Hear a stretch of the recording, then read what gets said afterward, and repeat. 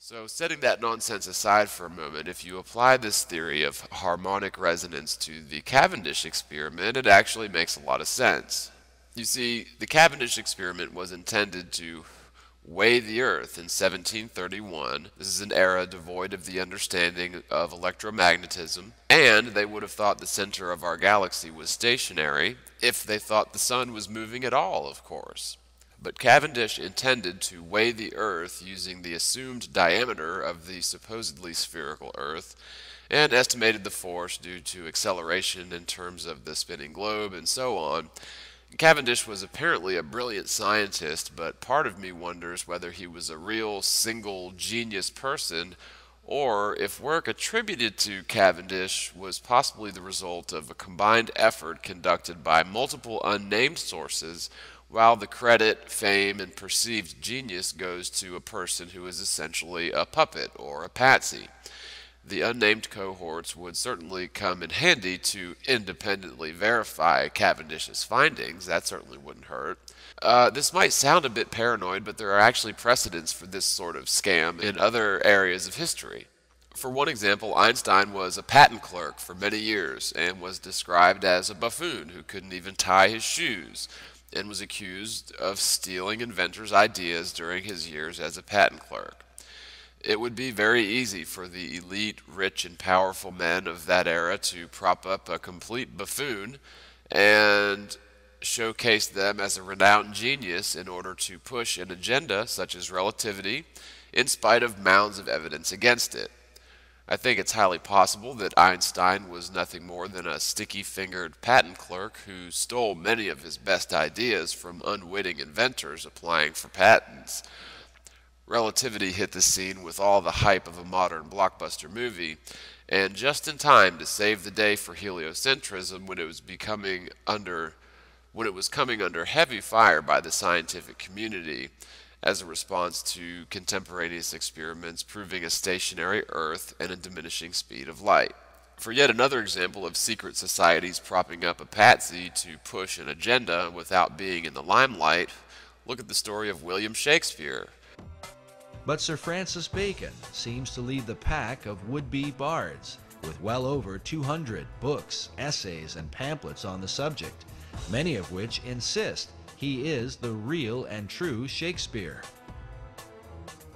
Meanwhile, Baconian scholars argue that the Stratford man simply lacked the experience and education to have written the works that bear his name.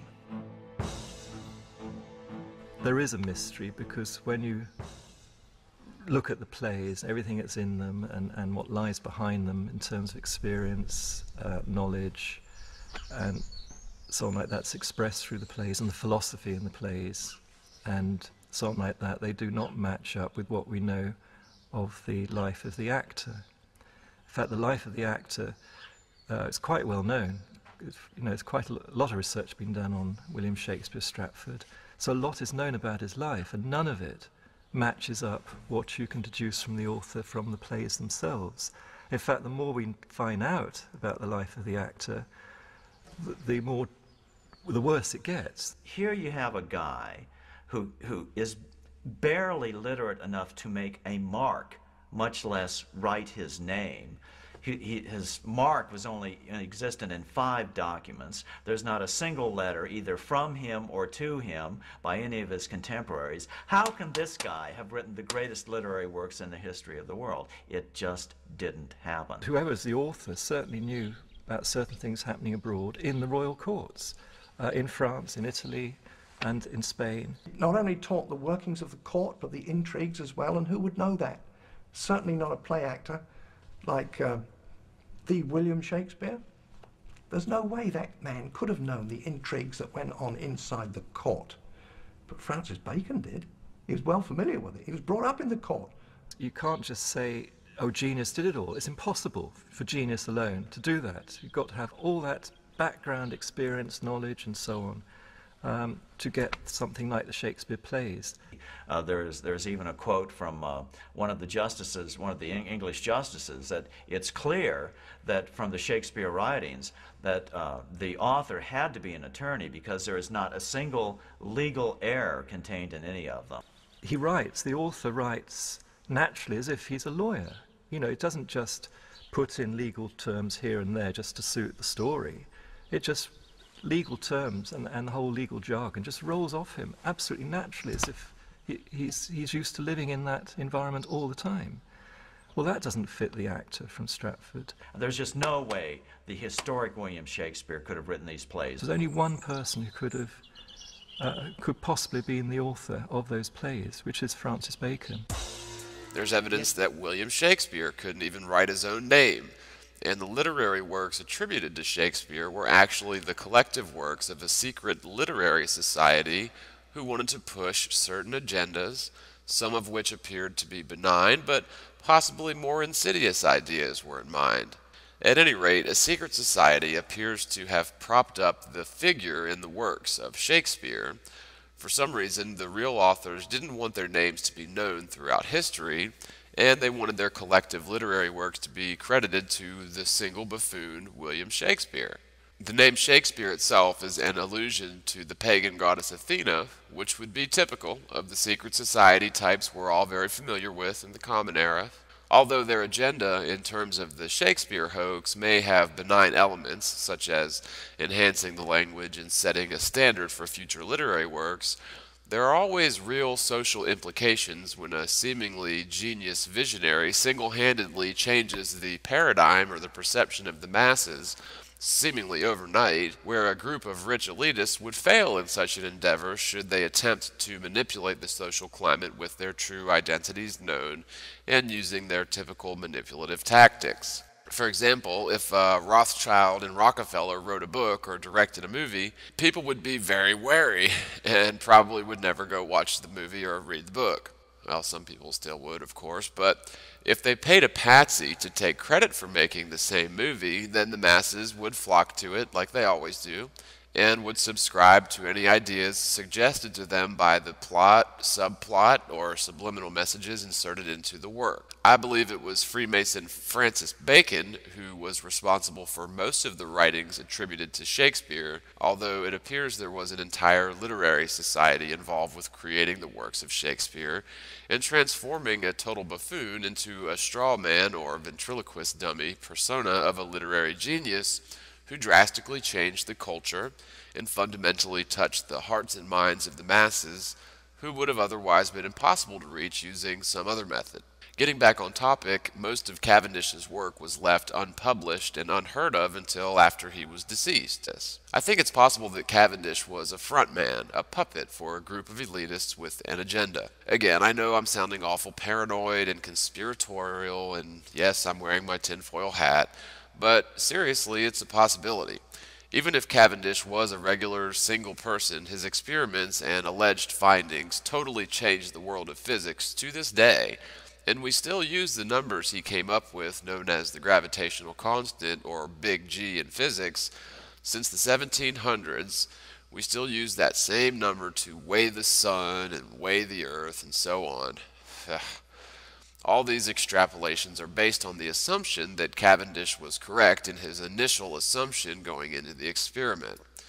Even if the numbers are correct, the fact that the world is demonstrably not a spinning globe renders the presupposition, and therefore the conclusions reached by Cavendish, as totally fallacious. And now we must look at other explanations for the data documented during the Cavendish experiments. So I submit it's possible that the scientific work attributed to Cavendish may have been the culmination of a secret society with an agenda to control the field of physics from that point forward, specifically by supposedly proving the gravitational constant and thereby weighing the Earth. The observations documented by Cavendish may be accurate.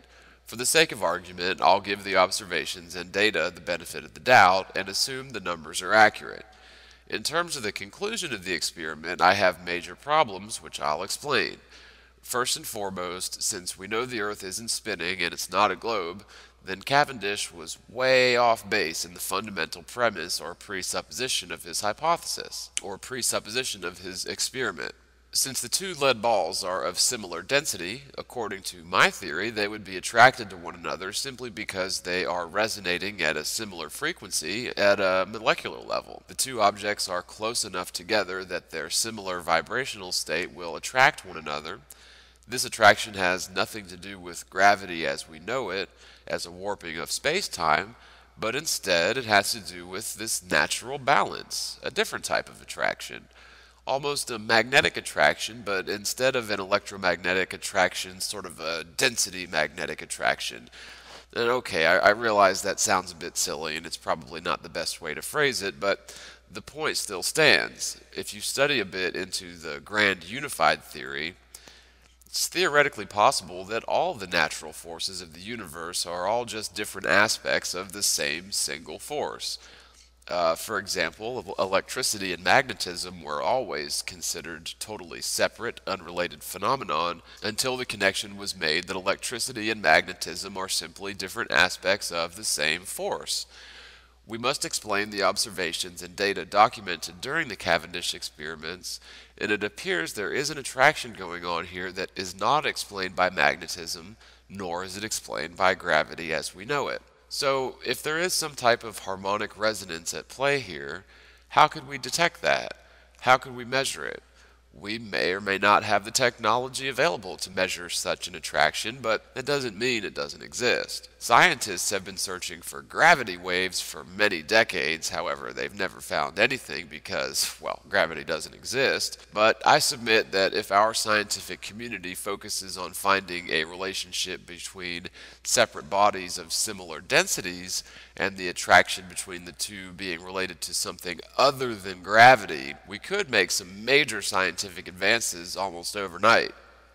One thing to mention is that in the original Cavendish experiments, there was airflow going on there, and so the fact that the two balls were attracted to one another could have been caused by something as simple as airflow, or the different densities in the air affecting the two different balls. So it doesn't even necessarily have to be this harmonic resonance that's, according to my theory, it could be something completely different, something simple. I believe the ancient builders, for example, the builders of the pyramids in Giza, were well aware of the principle I'm describing here. There's no possible way, even with today's technology, to accurately move solid granite or limestone blocks the way that the Egyptian builders apparently did. Hundreds of feet into the air with such precision that you can't fit a human hair between the two laid blocks. I believe the reason we can't replicate their techniques is because they knew something we don't. They knew there wasn't this force of gravity as a constant tugging down towards the ground, but instead there was a harmonic resonance between objects of similar densities, and by phasing out or negating such a resonance attuned to the high-density object like granite, and somehow altering the wave patterns to match that of a much less dense substance, say that of the air, it would be easy to maneuver and perfectly place giant, massive blocks as if they were weightless. So if this theory is true, the ancient builders didn't overcome gravity, since gravity doesn't exist, but what they overcame was possibly the harmonic resonance of high-density objects. To me, it makes perfect sense that since we live in an electromagnetic universe as well as a musical or tonal universe, unrelated bodies can be attracted to one another by forces we're already aware of, we just haven't put the pieces together yet. A big reason for this is the fact that most of our brightest scientists have been off looking for the proverbial dragon shit known as gravity or dark matter up in the sky, and we really need help figuring this sort of thing out in reality here on the ground, on the physical plane.